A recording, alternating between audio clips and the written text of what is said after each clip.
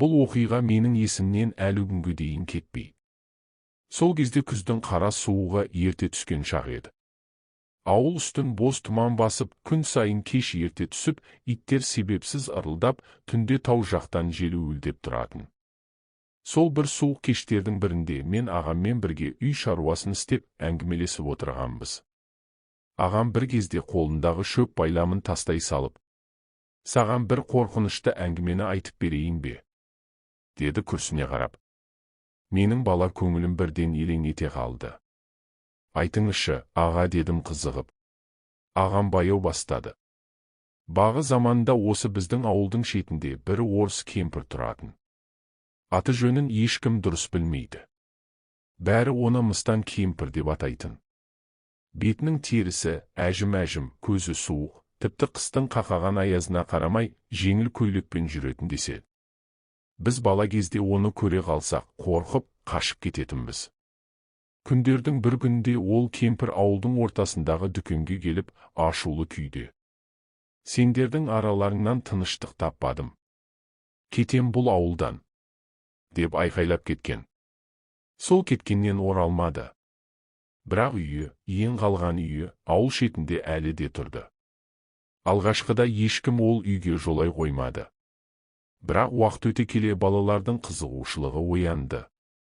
«Бар көрейік, не бар екен ішінде» деп топ-топ болып баратынбыз. Бір күні ағам мен оның достары әлгі үйдің есігін сықырлатып ашып кірген екен. Ішінде бәрі ескі, шаң басқан, ал қабырғада бір ескі айна тұр дейді. Сол айнаның бетін қара күйе басып, ортасында жарықшағы бар екен. Бірақ соған қарасаң, айнадан өз бейнең емес, бір қара көлеңке қозғалып тұрғандай көрінеді дейді. Сол күні біз бір түрлі дыбыстар естідік деді ағам көзін төмен салып. Еден сықырлайды, ал төбедегі шамның сымы өзінен өзі тербеледі. Ал далада жел жоқ еді. Ол кезде мен жартылай сеніп, жартылай күдіктеніп тыңдап отырдым. Бірақ ағамның даусы, көзқарасы шындыққа ұқсап кеткен. Ағам әңгімесін жалғастырды. Бір күні бір көрші көшедегі бала сиырын айдап бара жатып, сол үйдің жанынан өтеді. Кешкі уақыт қой, күн қызыл қоңыр болып батып бара жатқан.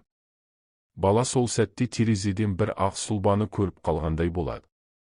Бір әйелдің бейнесі, ақ жамылғы жамылып, терезеден қарап тұрғандай. Бала шошып кетіп, сиырын ұрып-ұрып, үйіне қарай қашады. Бірақ үйге кіре бере, басы айналып, көзі қарауытып құлайды. Сол түні ол бала мазасызданып, ыңырсып жатып, бір кезде айқайлап, үй ішін қиратып тастайды. Ата-анасы қорқып, ауылдың молдасын шақырады.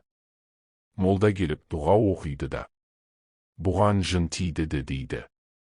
Адамдар соны естігеннен кейін әлгі үйге мүлде жоламай қойды. Бірақ ауыл балалары арасында жаңа аңыз тарай бастады: ақ кемпірдің елесі деген.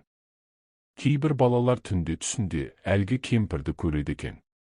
Біреулер айтады, ол түнде төсегіңнің қасына келіп, кеудеңе отырып, деміңді қысады екен дейді. Бірі, көзін ашсам, ақ көйлекті әйел қарап тұрды дейді. Мен ағамның әңгімесін тыңдап отырып, денем тітіркеніп кетті. Бірақ бала көңіл ғой, қорыққанмен сенгім келмеді. Келесі аптада достарыммен бірге сол үйге баруға бел будым. Күн батуға таяп қалған кез, аспанда сұр бұлт үйіріліп тұрды. Жел баяу ғана есіп, ауыл иттері бірінен соң бірі ұлый бастады. Біз үшеуміз, мен, Әсет және Қанат, шам алып, әлгі үйге қарай шықтық. Есігі жартылай ашық тұр екен. Іштен көне ағаштың иісі, сыз иісі шығып тұрды. Біз ақырын кірдік.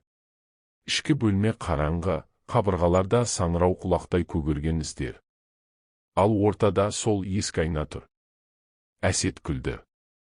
«Ей, мыстаның айнасы шығар, қарашы, әлі тұр», деп қалжыңдады. Сол сәтте Қанат еденнен бір ескі қуыршақ тауып алды. Оның бір көзі жоқ, ал киімі жыртылған. Ол қуыршақты көтеріп, әзілмен айқайлады: «Міне кемпірдің өзі». Бірақ сол сәтте үйдің есігі тарс етіп жабылып қалды. Жел жоқ еді. Терезелер сықырлап, айна өзінен өзі сыңғыр ете жарылып кетті. Біз аңырып қалдық.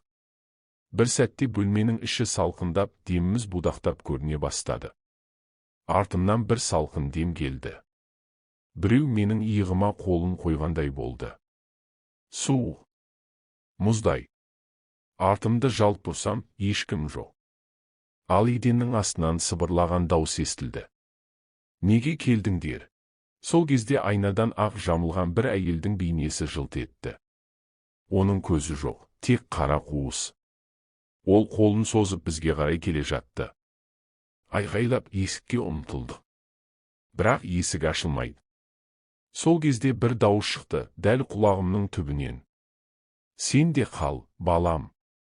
Мен есімнен танып қалдым. Көзімді ашсам, ауылдың сыртындағы жырада жатыр екенмін. Достарым жанымда, екеуі де сұр өңді, үнсіз.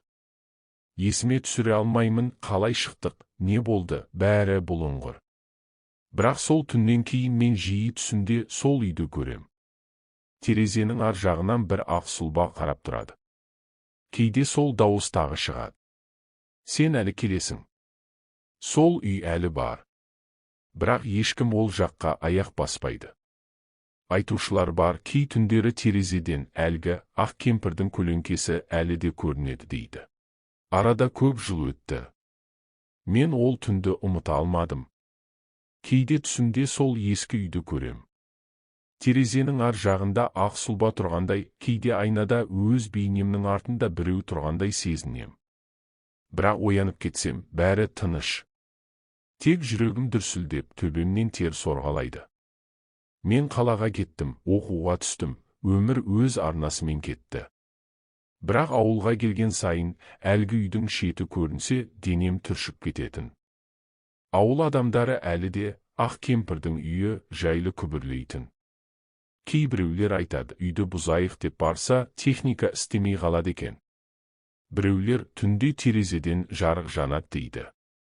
Бірақ ең қорқыныштысы мені бір ой мазалай берді. Сол түні біз қалай шықтық? Мен есімнен танып қалдым, бірақ біз үшеуміз далада жатқан едік. Ал үйдің есігі әлі жабық болған. Бірде ауылға қайта бардым. Күз, сол баяғы тұманды, үнсіз ауыл.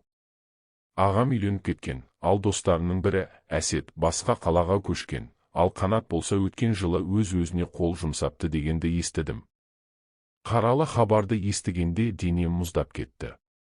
Себебі Қанат өлмей тұрып біреуге айтыпты. Түсіме әлгі ақ кемпір қайта-қайта кіреді. Сол сәтте мен шештім. Не болса да, шындығын білуім керек. Кешкілік ауыл сыртындағы үйге қарай беттедім. Қолымда фонар, арқамда кішкентай рюкзак. Үйдің алдына келгенде жел гуілдеп, ескі қақпа баяу сықырлады. Үй бұрынғыдан да ескі, қабырғасы қираған, бірақ терезелердің кейбірі әлі бүтін. Сол терезелердің бірінен ақ перде қозғалып тұрғандай көрінді. Жел шығар дедім ішімнен. Бірақ желдің бағыты мүлде басқа жақтан еді. Есікті ашып, ішке кірдім. Ауа ауыр, шаң иісі мен көгерген ағаштың иісі араласқан. Қабырғада әлі сол айна. Бірақ енді айнаның беті түгел қараңғы, сызаттары ұлғайып, ортасында бір кішкентай саңылау пайда болыпты, көз секілді. Менің жүрегім дүрсілдеп, айнаның алдына бардым. Қолымды созып, бетіне шаң қонған жерді сүрттім. Сол сәтте айнаның ар жағында әлдебір қозғалыс көрінді. Бір әйелдің көлеңкесі. Ол маған қарап тұр. Мен артқа шегіндім. Фонар дірілдеп, жарық секірді. Кенет айнаның ішінен әлгі бейненің қолы шыққандай болды. Айна жарқ етіп сынып, жарық шашылды. Құлағымның түбінен сол баяғы дауыс естілді. Ақыры келдің ғой. Мен қаша жөнелдім. Бірақ есік жабық. Еден сықырлап, қабырғалардан әлдебір шиқыл шықты. Жоғары қарасам, төбедегі көлеңке қозғалып тұр. Бірақ жамылғы, баяу түсіп келе жатыр. Сол сәтте фонарым сөнді. Қараңғылық. Тынысым тарылып, жүрегім тоқтап қала жаздады. Біреу дәл құлағыма сыбырлап, сен менің орнымды басуың керек. Мен айқай салдым, бірақ дауысым шықпады. Бір сәтте тіземнен ұстап тартқандай болды. Аяғымды босатуға тырыстым, бірақ жердің астынан біреу қолымен тартып жатқандай. Сол сәтте көз алдым қарауытып есімнен танып қалдым. Таңертең өзімді ауыл сыртындағы ескі құдықтан оянып таптым. Қолым батпақ, үстім су. Есіме кешегі көріністер түсе кетті. Тұрып, үйге қарай жүрдім. Артымнан қарасам, әлгі үйдің терезесінде бір ақ бейне тұр. Ауылға келіп едім, бәрі мені үреймен қарсы алды. Ағам қатқыл дауыспен: «Сен кеше түнде қайда болдың?» «Үйде болдым». «Үйде ме?» деді ол таңданып. «Кеше түнде сені моланың маңында көріпті. Біреумен сөйлесіп жүргенсің» дейді. Мен үнсіз қалдым. Сол түні ұйықтай алмадым.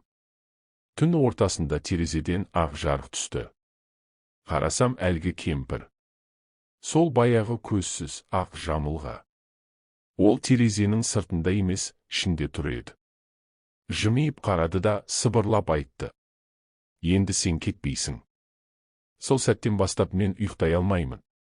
Көзімді жұмсам, айна, ақ жамылға, сыбыр. Адамдарға айта алмаймын, сенбейді. Тек бір ғана нәрсе білем. Сол үйге барған әр адам түбі бір оның орнын басады. Күндер өтіп жатты. Бірақ менің өмірім қалыпты емес еді. Түн сайын түсіме сол ақ кемпір кіретін болды. Кейде айна ішінен қол созады, кейде терезенің ар жағынан қарап тұрады. Ал кейде даусын естимін: «Менің орным бос емес. Сен мені көрдің, енді сен кете алмайсың». Бір күні менің төзімім таусылды. Не болса да, шындығын анықтау керек. Мен енді қорықпаймын деп өзімді сендірдім.